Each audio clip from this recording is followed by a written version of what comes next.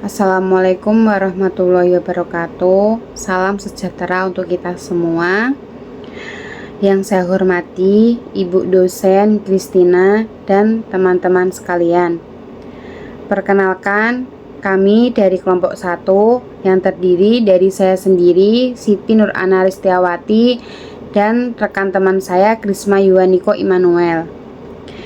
Pada kesempatan video ini, kami akan mempresentasikan mengenai materi teknik akuntansi sektor publik.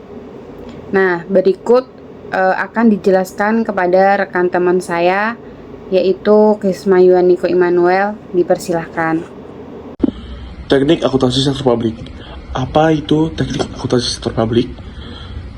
Teknik akuntansi sektor publik sangat penting untuk mengelola keuangan negara dan daerah secara transparan dan akuntabel.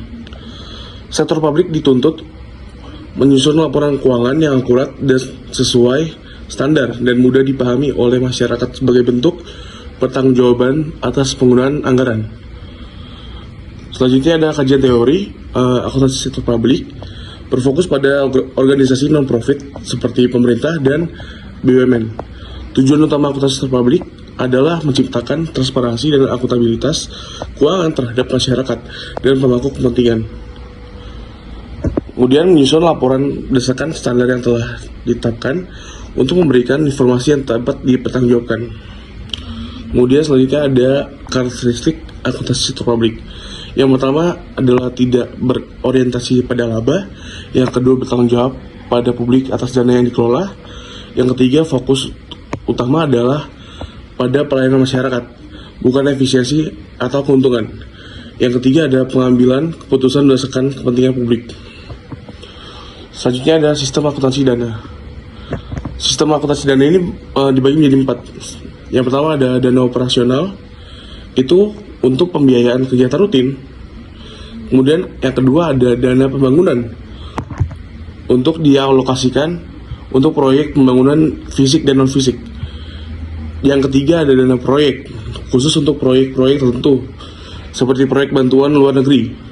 Dan yang keempat yang terakhir ada dana amanah, dana yang dikelola atas nama pihak ketiga sesuai mandat. Kemudian selanjutnya ada basis akuntansi. Basis akuntansi ini dibagi menjadi 3. Ada basis kas, basis akrual, dan basis kas menuju akrual. Yang pertama basis kas, itu untuk pengakuan saat kas diterima atau dikeluarkan. Yang kedua basis akrual, itu adalah pengakuan saat transaksi terjadi tanpa menunggu kas. Dan yang ketiga ada basis kas menuju akrual, itu adalah perpaduan antara basis kas dan akrual sebagai transisi menuju akuntansi akrual penuh. Standar akuntansi pemerintah atau SAP. SAP merupakan pedoman dalam penyusunan laporan keuangan pemerintah.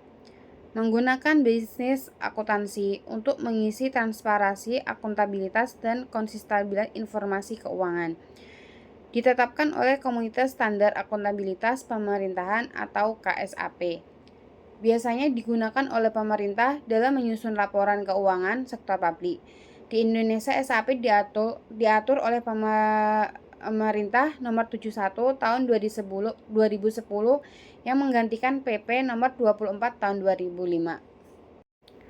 Laporan keuangan kepemerintahan itu ada 7.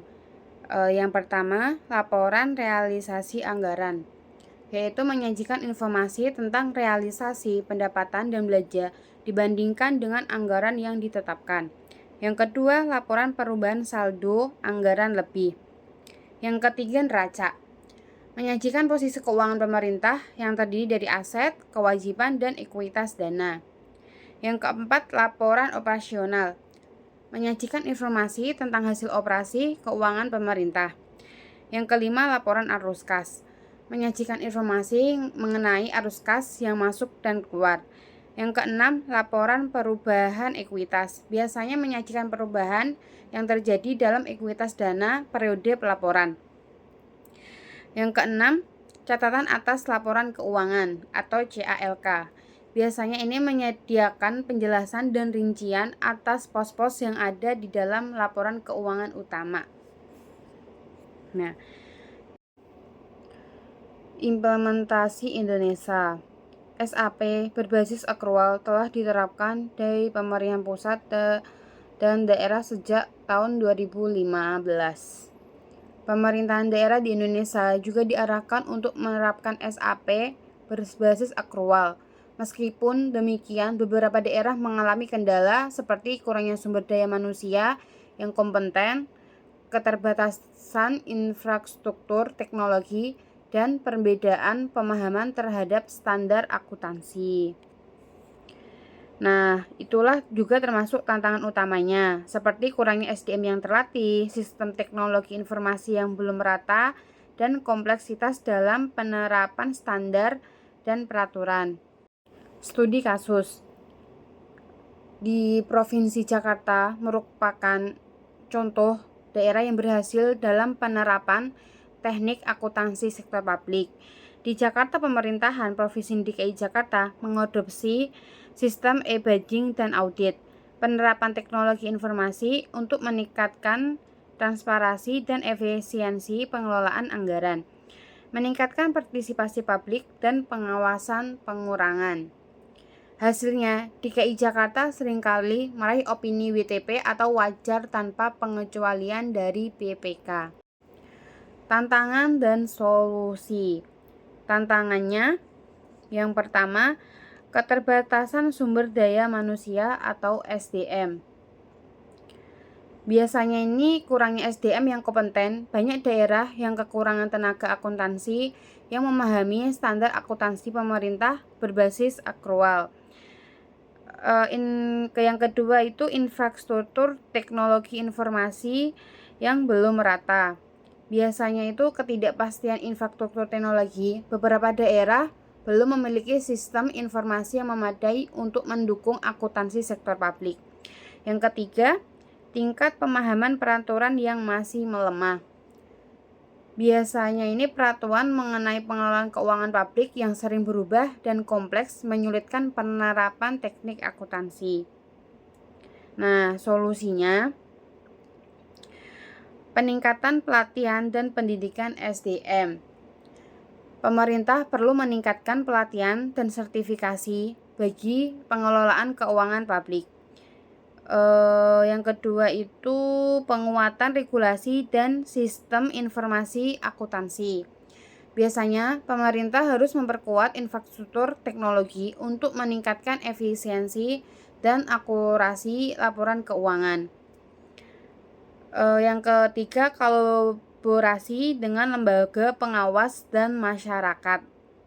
Nah, penyederhanaan dan sosialisasi regulasi harus dilakukan agar mudah diterapkan oleh semua pihak. Kesimpulan dan saran. Teknik akuntansi sektor publik merupakan salah satu elemen yang sangat penting dalam mengelola keuangan negara dan daerah. Dengan menerapkan sistem akuntansi yang transparansi dan akuntabel, pemerintah dapat memastikan bahwa dana publik digunakan sesuai dengan peruntukannya dan memberikan manfaat maksimal kepada masyarakat. Implementasi teknik akuntansi sektor publik di Indonesia, terutama dengan diterapkan standar akuntansi pemerintahan atau SAP berbasis akrual, merupakan langkah maju untuk meningkatkan kualitas laporan keuangan yang dapat dipertanggungjawabkan. Saran: berdasarkan hasil pembahasan dalam makalah ini, beberapa saran yang dapat saya berikan antara lain, pemerintah perlu terus meningkatkan kapasitas SDM, perlu sosialisasi dan perhatian berkala, optimalisasi sistem teknologi informasi akuntansi. Nah, seperti pemerintah ini perlu menyediakan pelatihan secara berkala dan sertifikasi bagi pegawai yang terlibat dalam pengelolaan keuangan negara. Dengan adanya peningkatan kompetensi, proses akuntansi sektor publik dapat dijalankan dengan lebih efektif dan sesuai dengan standar yang berlaku. Nah, pemerintah daerah dan pusat harus berinvestasi dalam teknologi informasi untuk mendukung sistem akuntansi sektor publik, sehingga pengelolaan keuangan dapat lebih efisien, cepat, dan akurat. Baik, demikian penjelasan yang dapat saya sampaikan mengenai teknik akuntansi sektor publik. Semoga apa yang saya sampaikan bisa bermanfaat dan menambah wawasan. Mohon maaf jika ada salah dalam penyampaian presentasi dari kami. Terima kasih atas perhatian teman-teman dan Ibu. Wassalamualaikum warahmatullahi wabarakatuh. Salam sejahtera untuk kita semuanya.